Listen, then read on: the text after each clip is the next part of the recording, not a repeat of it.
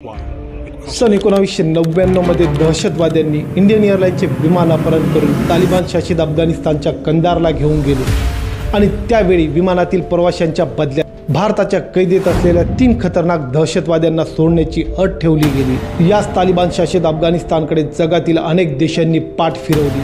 America, Europe सारख्या देशांनी निर्बंध लादले, पण भारताला त्याच तालिबान शासित अफगाणिस्तानची आज का गरज भासते?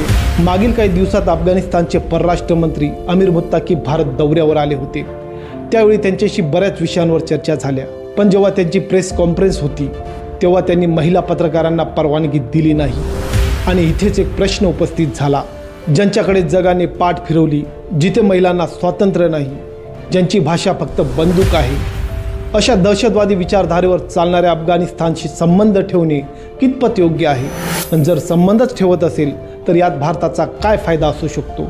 आणि जर फायदाच असेल तर आंतरराष्ट्रीय स्तरावर भारताला कोणत्या अडचणींचा सामना करावा लागेल? चला तर या सगळ्या प्रश्नांची उत्तरे या व्हिडिओमधून जाणून घेणार आहोत, कंदार हायजॅकपासून ते आजच्या भारत अफगाणिस्तान संबंधांपर्यंत। तुम्ही व्हिडिओवर नवीन असाल तर अशाच माहितीपूर्ण व्हिडिओसाठी चॅनलला सबस्क्राईब करा। नमस्कार, मी कैलास आणि तुम्ही बघताय नमस्ते महाराष्ट्र। ऑगस्ट 2021 अमेरिकेचं सैन्य अफगाणिस्तानातून बाहेर पडतं आणि काहीच दिवसात काबूलच्या रस्त्यांवर तालिबानच्या काळ्या झेंड्यांचं साम्राज्य उभं राहतं। काळ्या झेंड्यांच्या त्या सावल्या फक्त अफगाणिस्तानावर नाही तर संपूर्ण जगावर पडल्या होत्या। अफगाणिस्तानातील जनता घाबरली होती। महिलांनी घरातच स्वतःला बंद करून घेतलं, कारण तालिबानी परंपरेत महिलांना कुठलेच स्वातंत्र्य नाही।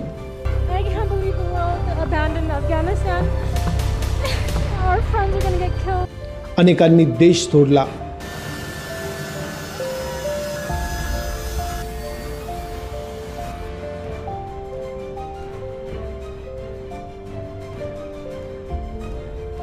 आणि त्यावेळेचे हे चित्र खूप भयानक होते। सन 1999 मध्ये भारताच्या इंडियन एअरलाइन्सचे विमान अपहरण करून याच तालिबान शासित अफगाणिस्तानच्या कंधारमध्ये ठेवण्यात आले। त्यात एकूण 180 प्रवासी होते। आणि मग पुन्हा 2021ला अफगाणिस्तानमध्ये तालिबानने सरकार स्थापन केले। ही घटना जगासाठी एक मोठा धक्का होती। जगातील मोठमोठ्या राष्ट्रांनी अफगाणिस्तानकडे पाठ फिरवली।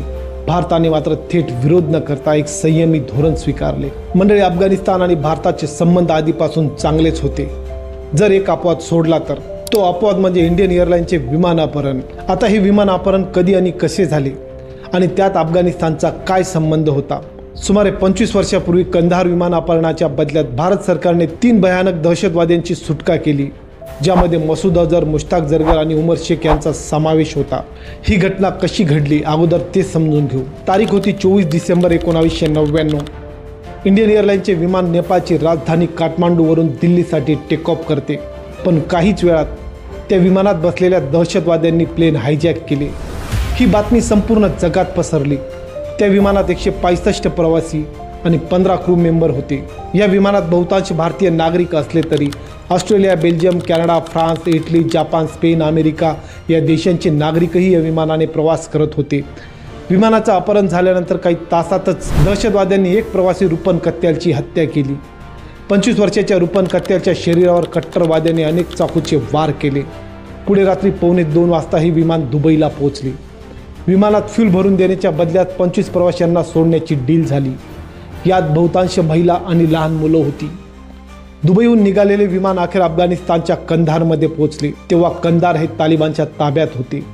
1996 ते 2001 दरम्यान अफगाणिस्तानावर तालिबानचं राज्य होतं। विमानातल्या प्रवाशांना कट्टरवाद्यांनी बंदी बनवल्यामुळे भारत सरकारच्या अडचणी वाढतच होत्या। मीडियाचा दबाव वाढत होता। ज्यांना बंदी बनवले त्यांचे नातेवाईक निदर्शनं करत होते। दरम्यान अपहरणकर्त्यांनी भारताच्या कैदेत असलेल्या 36 दहशतवाद्यांची सुटका आणि 20 कोटी अमेरिकन डॉलर्सची खंडणी मागितली, पण ही मागणी तेव्हाच्या एनडीए सरकारमधील पंतप्रधान असलेल्या अटल बिहारी वाजपेयींनी फेटाळून लावली। मग तालिबानने एकाच वेळेस कट्टरवादी आणि भारत सरकार दोघांवर समझोत्यासाठी दबाव टाकला। त्यात 3 दहशतवाद्यांना सोडण्याची डील झाली। तत्कालीन अटल बिहारी वाजपेयी सरकारचे परराष्ट्र मंत्री जसवंत सिंग स्वतः या 3 कट्टरवाद्यांना घेऊन कंधारला गेले। त्यात जैश ए मोहम्मदचा प्रमुख मौलाना मसूद अझर, अहमद जरगर आणि शेख उमर सईद होते।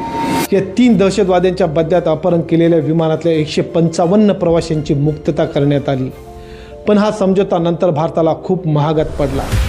सुटकेनंतर मसूद अझरने भारताला पुलवामा, उरी, पठाणकोट सारख्या जखमा दिल्या। या विमान अपहरणात मुख्य भूमिका पाकिस्तानमधील दहशतवाद्यांची होती असा आरोप तर होताच, पण याच वेळी तालिबान शासित अफगाणिस्तान सरकारने त्या विमानाभोवती सुरक्षा ठेवली असेही सांगितले जाते. म्हणजे ते सहाय्यक भूमिका बजावत होते.